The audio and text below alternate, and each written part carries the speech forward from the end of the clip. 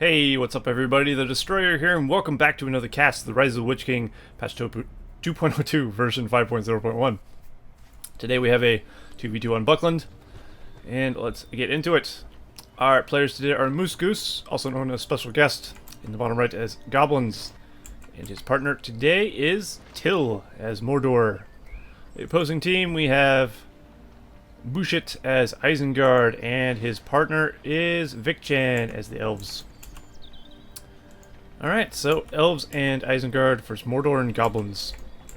That's not too bad. Not that any matchup is really bad, as long as it's not like all Elves or some shit.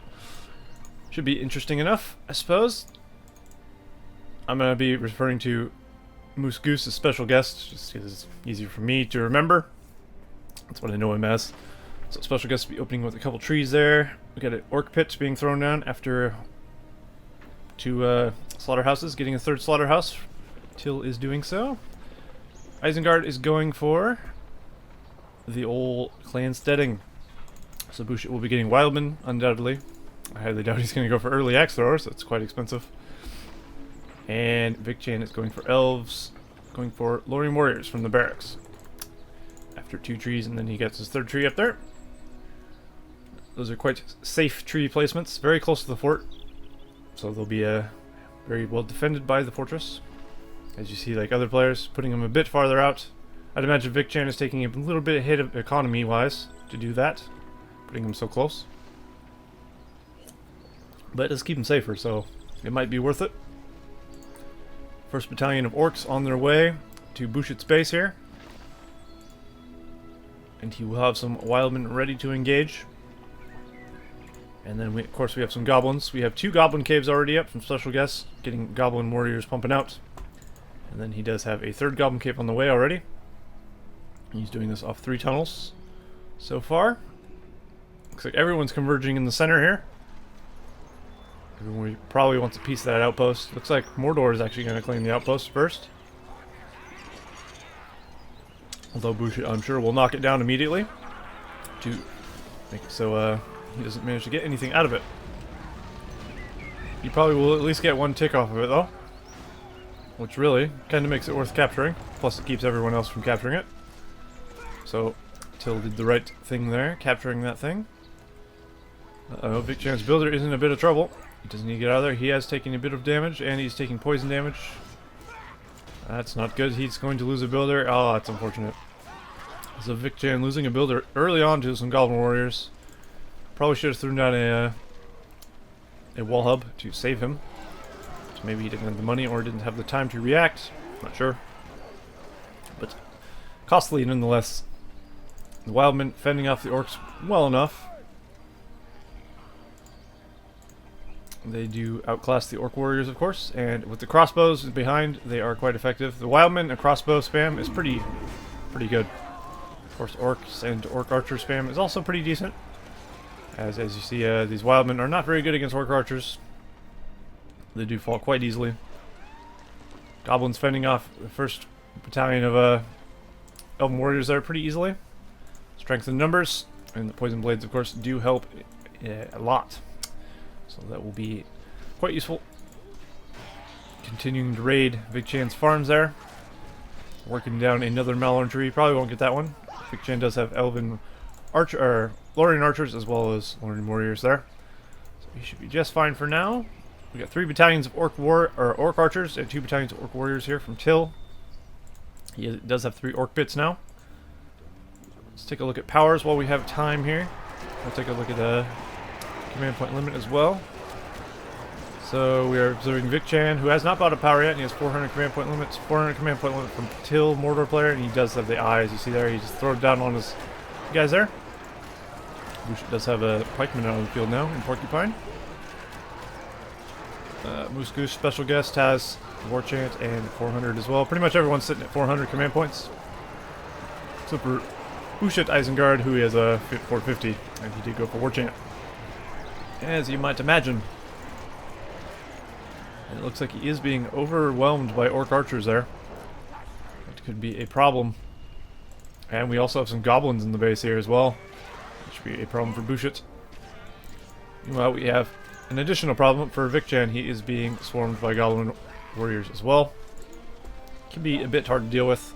If he gets these lancers out, they should be immensely helpful for clearing up these goblin spam, as the lancers are excellent at doing so. Let's go back over here, see how the battle is going.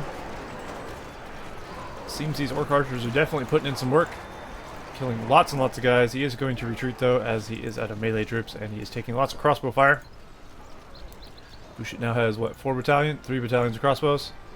And can get wildmen as well, and he's getting pikes as on top of that, so he will have a pretty decent army, I would say. Mordor going for a siege works, possibly going for catapults. Maybe he's going to try and get the Black Riders, or I wouldn't imagine he'd go for armor or weapons. That doesn't make sense unless he's going Black Orcs, but probably not. Maybe at some point though. You never know. I won't rule out anything, of course. Elves playing defensive, very defensive. It's hard to go offensive as the Elves against Goblin spam, I would imagine. At least in vic-chan's situation here, because he is has to defend all these Malorn trees from being destroyed from all the angles. Pretty much, he doesn't really have time to send an attack force, and that is the strength of the Goblins. They can just amass tons of guys, send them in different directions, and really cause the opponent a lot of problems. But you don't want to play defensively all game. That is actually a bad thing. And you eventually will lose because you're not doing any damage to your opponent. You're just killing off armies he's sending at you while he's building up his base. And building up the stronger troops, which is really bad for you. And he's also getting power points, of course, as you are. But that is that. Large goblin warrior spam here. Big blob of them. Nice group up there so they can get a war chant on all of them. It's always good to do that when you're playing a team game. Try and group up both your guys' armies together, and then you can do one war chant to rule them all, more or less. The Creebans are being thrown down above the army though to help deal with the armor and negate a bit of damage from this army of Mordor. Seems vic-chan is going for the Uruk pit here. You should be able to get that without any trouble. And while Lancers are helping out to clear out the Orcs here, the Orcs don't have any pikes, so Lancers are definitely a good choice here. Does he have Easterlings or Easterlings on the way? He probably should. He is going for catapults though. Catapults would be a great choice against the crossbows of Bushit and the Wildmen even. Bushit throwing down a wall hub to protect his guy. He is losing a lot of buildings here though. That Goblin clump is quite powerful attack-wise. So he has lost a farm and a Uruk pit there. And if he loses this, that would be a loss. Definitely a loss Bushit does not want to take. Let's go down over here, see how the Elves are faring against the Goblins. Finally able to go on an offensive. vic-chan is pushing in on Special Guest base, and they'll begin doing a bit of economic damage. He's going to take out this tunnel here. But for the moment, that is about it. A few Goblin Warriors will engage that though, of course. And now the catapult has finally come into play. And that will be quite effective against Isengard, assuming he can keep it safe. Oh, huge hit on his own orcs. Arts. I don't know what the hell that is. But his orcs did take a shot. I'm not even sure why that fired again. Maybe he hit on barrage? Who knows? But that definitely was a bad shot. Bushit trying to push in against Till here. Till does have orcs and he does have catapults.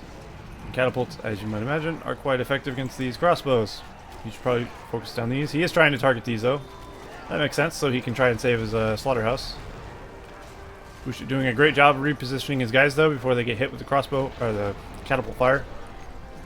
Let's see how the Elves are doing. Looks like he's thrown down some elven wood there to help buff his troops a bit. He has pretty much lost all his lancers. In fact, he did lose all of his lancers. And now Special Guest is in a bit of trouble actually. He does have a Spiderling expansion, which is pretty great for defending against melee troops. It does cut through these little guys here pretty quickly. Honestly, he should send these to target this, because actually archers can take out these fortress add-ons pretty easily. Even without the fire arrows, unless it's like a Ent expansion or something like that. Takes out arrow towers and Spiderling expansions pretty easily, I'd say. Some orcs there, getting cleaned up without much trouble. Bushit's army sitting in the middle there. He has a bit over here as well. He has gone for Sharku as his hero, first hero. So that will be useful. Is he possibly going for Warg Riders? Yes, he is, of course. That is where Sharku shines, as you might imagine. Glorfindel being purchased by Vic-chan. So he will be useful indeed as well. Mir Galadriel being thrown down right here. So, sending up his army as well. So him and Bushit will be pushing in on Special Guest. Special Guest not having a whole lot left, actually, to deal with this. He has 3 Goblin Caves, not producing any troops at the moment. And his army is pretty much non-existent. Mordor, on the other hand, is doing quite well, I'd say. They do have lots of archers, lots of catapults, and they have orcs in the front just to tank the damage. And he does have Mouth of Sauron as well, level 4, which is not bad. So he'll begin pushing in and doing probably a good amount of damage, I would imagine. But Vic-chan and Bushit doing a lot of damage to his partner in the meantime. One of his Goblin Caves has been knocked down, just about finished off there. There you go, finished it off. It looks like that is the reason that Special Guest doesn't have anything. He's gone for a Drogoth, saving up 5 Gs and a nice fireball on Bushit's army. Taking out a majority of it, forcing it to flee. And now he will begin swooping in and killing off these crossbows. Oh yeah. He does need to be careful though. There is an army of elves there. So he will need to retreat, I would imagine. Oh well. Well, that's a good pickup. I guess not. He'll be alright. Yes, he did manage to actually kill most of them. I'd say after that, maybe get out of there. Nah, yeah, I'm wrong. He's fine. He's not in any danger, I'd say. There's just a few elves here and there that are healing up their battalions, but they should be fine. Meanwhile, let's see how Mordor's doing. Teal pushing forward. Mouth of Sauron engaging Sharku there. Sauron pulling back, of course, and so is Sharku. It looks like the catapults were dealt with, but there is another catapult on the way, as well as more orcs. Some orcs being put right in front of the cave troll. Ah, he's gone for Untamed Allegiance. So, cave trolls from Mordor, that is not a good thing for Bushit. Bushit bringing in the remnants of his other force to help deal with Till's army. Let's take a look at power points again. Bushit has Tanland and Creebane, of course, in addition to his war chant that he had before. Vic-chan has his Elvenwood and 4 power points. We obviously have Untamed Allegiance and Tanland for Till. And we have Wildmen, which have been summoned back here. And are begin wailing away at the Urk Pit of Bushit. And 4 power points remaining for Special Guest. A nice pickup there with his Wildman. He did manage to get that. That will cut off the stronger Uruk-hai troops from Bushit, allowing Mordor to push forward a little bit easier. But the Elves of Vic-chan have come to the aid of Bushit. Lots and lots of pikes, it looks like. But still useful nonetheless to help engage. There is some archers there, and Haldir as well. Haldir is actually pretty good against the orcs. Not only does he have a bow, which is useful, but he does have a splash damage and enough damage to kill orcs. So he's actually pretty good in melee against orc warriors. Of course, I still hate Haldir, but, you know, he has his qualities. He's like Faramir, he will show his quality. Uh-oh. Cave Troll being taken out, the lair also being taken out by Bushit. So, no more Untamed Allegiance. There might still be a Cave Troll over here he can utilize later on if he realizes it's there. I would definitely suggest doing so once that is off cooldown. Elves engaging the Goblins from the south there. Goblins being picked off, but Drogoth healed up, coming back in with his fireball. Nice fireball, swooping in here.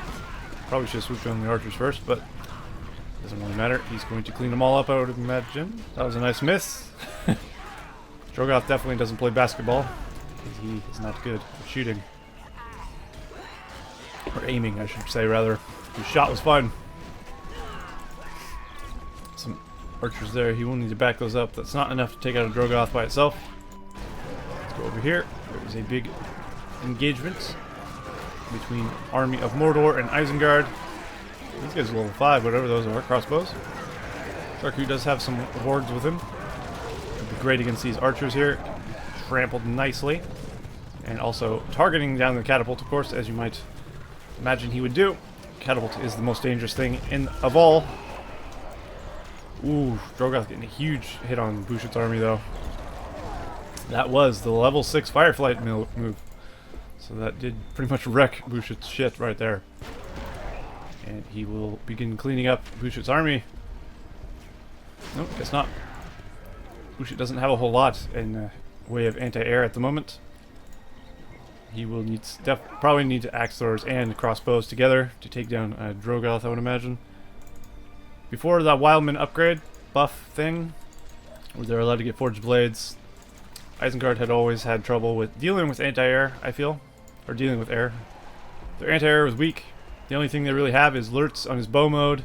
Crossbows, of course, which are relatively useful, but not enough, really. And then you had Saruman's Fireball, which is pretty effective, but he doesn't have a Saruman, obviously. And it is not enough to kill a guy outright, so you do have to keep that in mind. Beacon is placed by Bushit somewhere. Apparently I missed it. I just saw it set it up there. Mordor does have a Fell Beast, though. That'll be extremely useful. Like I was saying, biggest strength against Isengard is air, so both teams having flying units is extremely good. Axe throwers are pretty good, though. So Drogoth will need to be careful. Between crossbows and axe throwers, he will be taking a lot of damage. But if they utilize them correctly, they should be able to do a lot themselves. Mordor doing a pretty good job. They'll be using fear there. We'll need to get out of there, though. These guys didn't seem to run. And, oh no. And that's the thing. The range of the crossbows isn't that great. He needs to keep going. Yeah, don't stop there. Not safe. Mordor slowly being pushed back, but not quite fast enough. His axe throwers doing a lot of damage.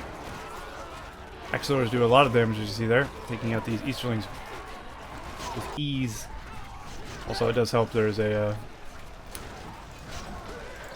Creebane above. That's the word I'm looking for. Trying to remember what they're called. The Elves have gotten to Mirkwoods, so vic-chan will be utilizing Mirkwoods. Does he have a forge yet? Probably not. Haldir's level 2, sitting in the back there. He's probably healing up before. He probably should go back into battle, though, I'd imagine. So he can begin leveling it a bit. Mordor has flown over to take the other cave troll. I knew that would happen. So that'll be good. He'll be able to utilize those cave trolls for a little bit. But I would like to see the change that's being proposed on Untainted Allegiance to have a little bit more use after all the layers are gone. I think that would be a nice change, personally. As it's just a stupid power after, like, the cave trolls are dead or whatever. And there's nothing to do with it. There should be no powers that are just completely useless. Which is, I think Mordor's really the only team that has a useless power after a point. Every other team's power can at least do something. And Untainted Allegiance cannot.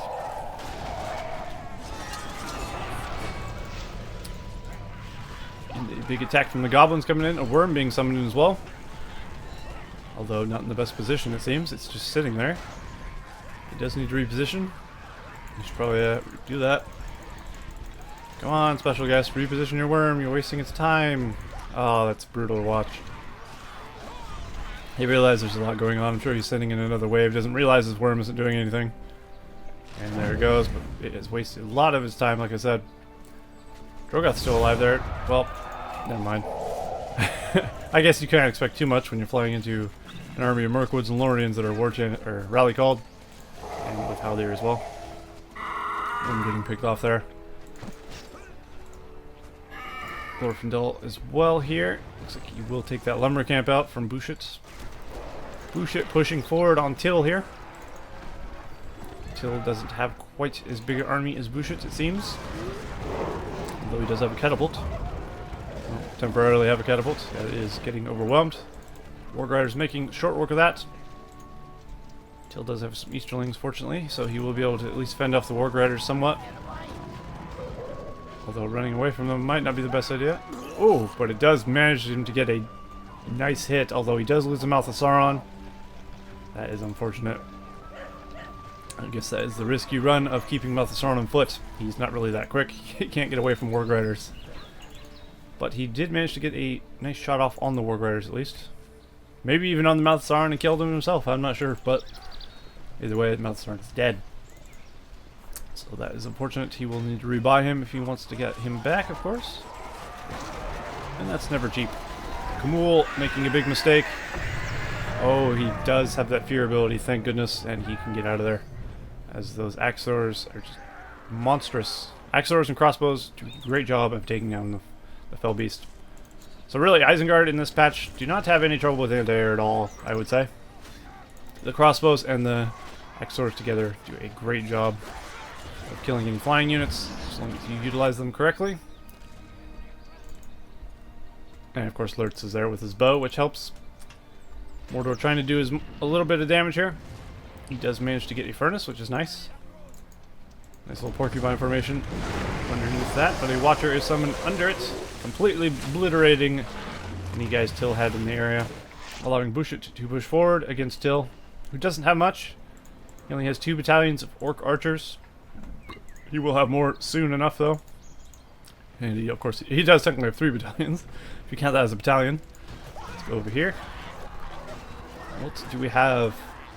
We have goblins being picked off quite ferociously. That's what we have. Special guest goblin warriors being slaughtered here by the dozens. By the hundreds, even. Cave Troll's still there, though. So it doesn't seem the elves have noticed the cave trolls are building up here. That could be bad for him later on. Wargs over here being healed up. Special guest probably should transition away from spam. This is something goblin players do too often, I feel, is just rely too heavily on goblin spam. This goblin spam is completely ineffective against this elven army. Too many good archers, too many archers in general. He has the right idea though with the Spider Riders. And Drogoth unfortunately is gone, so he won't be able to utilize that, but possibly some maybe cave trolls or something. Throwing rocks would be good against archers. I mean, you need the goblin spam, of course, but you don't want to just send them in by themselves, unless Bushit sends in guys like that and just gets them killed. That is a nice pickup there. Nice little freebie for special guest. Seems the trolls have been found out, trying to run past, but it's not going to make a difference. They won't make it. As you see there, that's the power of the troll. What was I talking about? Trolls are a good use against the elves, as long as they're not being targeted down. Of course, if he has to spend time targeting down the trolls, he may not be able to deal with the Spider Riders or the Goblin Warriors that are supporting them. So, there's that to keep in mind. Nice micro, though, from special guest with the Spider Riders. Taking very few casualties while trampling most of the guys. Drogoth has returned. So hopefully he keeps him alive this time. Got to be careful. He is level 8, though, almost level 10, so he will have Incinerate soon enough. But he does have his level 6 Fireflight, which is very powerful indeed. I think that's arguably his best move. You would think his level 10 would be, if it doesn't bug out. But I'd say Fireflight is definitely the strongest move he has. Fireball is pretty nice too, of course. A Fireflight on this little battalion, I'd say it would be worth it. These level 5 archers probably need to go. That would kill pretty much all of them immediately. I'd say at this point, special guests are doing pretty good though. The Goblin spam is working out for him, I'd say.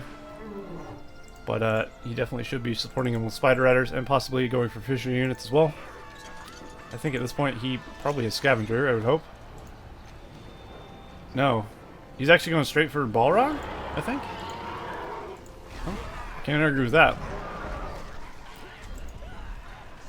I mean, with all the fighting he's been doing, maybe Scavenger would have been more useful, but I'd say a Balrog would definitely be useful. Vic-chan the Elves does have Summon Ents ready to be used. And he also has 21 power points, so he is ready to get a level 25 as well. Bushit Isengard also just about to get a 25, so things are about to kick off very soon. Does Mordor have... Oops, that's Mordor. Mordor has 15, a 10, I think that's a 10 as well, and 3 5s, so he is a bit, he's gone a bit all over the place for his powers. Lots and lots of goblins here. Doing a good job keeping elves busy. That is one thing Special Ghost has been doing very nicely. Keeping the elves quite busy indeed. He's not really able to push into his base because he's just so busy playing defense. And we have a MooseGoose from Till. Excellent. That's what I like to see. I think the MooseGoose will take out Sharku or maybe the Ward Riders. There's a Balrog. So, there's Special Guest Balrog. Summoned it in Bushit's base to help his partners push, which is definitely a good call. He is keeping the elves busy, so elves won't be able to come to his aid. At least not very quickly. And Bushit does have most of his army down here, actually. I'm sure he wasn't expecting a Balrog. So things are looking very bad for Bushit indeed. He does need to get rid of this clan setting, and this, yeah, definitely Orc Pit. The Lightning Tower. Wizard's Tower, rather, being used on the Balrog. It's actually doing a decent amount of damage there. But as long as he moves it, it shouldn't be able to kill him. And Bushit is going to take extreme damage here. But as long as Mordor keeps the pressure up, he should win, in theory. Bushit's attack will be crushed by the Goblin warriors here. Nice Goblin spam, just keeping the pressure on, keeping things happening. Balrog did die. And Bushit is left with a single lonely Uruk Pit. And he does have another one on the way. But that does clear up things for Mordor. Mordor possibly having way too many archers, though, and not having fire arrows, so he can't do any structure damage with those. So unfortunately, all he can do is unit damage. He will at least pick up this builder. Oh, well, he would have, rather, if it didn't throw down another wall hub, which he will not be able to deal with. Wow, those are a lot of Goblin warriors. Of course, he does have Drogoth to support them. And here comes the Fire Flight. Oh, it's going to be brutal. Disgustingly awesome. Drogoth definitely worth his price in this game, I would say. Even though he's had to buy him twice, so... But, as goblins, really, does that matter? Not at all. Not at all. Does he have... He has 14 power points. He's probably going for another 15. Or maybe 25, I'm not sure. I think he has to get a 15 before he can get another 25, if I'm not mistaken. I never remember the PowerPoint trees. Can't be bothered. There is a MooseGoose over here. Getting a good trample off on these guys, but it will be picked off by all these arrow towers of Isengard's fortress. So that is unfortunate for them. Poor Menahorod. It's a shame to see them go. Goblin warriors doing a good job though, splitting up the army, keeping these guys occupied over here while he goes over here and destroys trees. Always a good call. And the Fortress Fire Drake has been purchased. That is a good call indeed too. Fire Drake obviously comes out with Inferno, which can be absolutely devastating if he doesn't get it stopped. He does need to be careful with Drogoth though. It is level 10, so he's a bit tanky, but he does need to be careful. And if he can get a good fire off on this army, that would be amazing. Ooh, the worm also being summoned in the back. There's also Goblin warriors destroying this. If you can take this out, that would be pretty crucial. The worm undoubtedly will be able to do so. Yeah, without much trouble. Worm does take down that level 2 barracks there that was making Mirkwoods, so no more Mirkwoods for Vic-chan. Drogoth flying in. He does have his Incinerate. Will he use it? I don't think it's a good idea. Yeah, he's going to lose his Drogoth, unfortunately. Too many arrows. And Drogoth does go down. The worm does go down there as well. Glorfindel, the mighty elven warrior, taking it out. Bushit putting up a good fight against the pressure of Till after being pretty crippled there. His base has returned to former glory, it looks like. Nice Watcher from Bushit though. Taking out the majority of Till's troops there. Watchers can be very, very brutal. And vic-chan has actually quit the game after being incinerated, so there's that. The Fire Drake doing his Incinerate Inferno, rather, and causing him to quit the game. That does leave Bushit taking on 2 players, of course. Till and Special Goose, Special Guest, whatever you want to be called. And that will be a losing battle.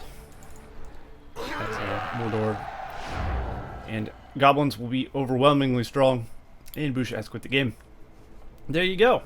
Nice little 2v2 on Buckland. I enjoyed that one, and I hope you enjoyed that as well. Well played to all the players, of course. And I will see you in the next cast of the Rise of the Witch King, patch 2.02, version 5.0.1. See you next time.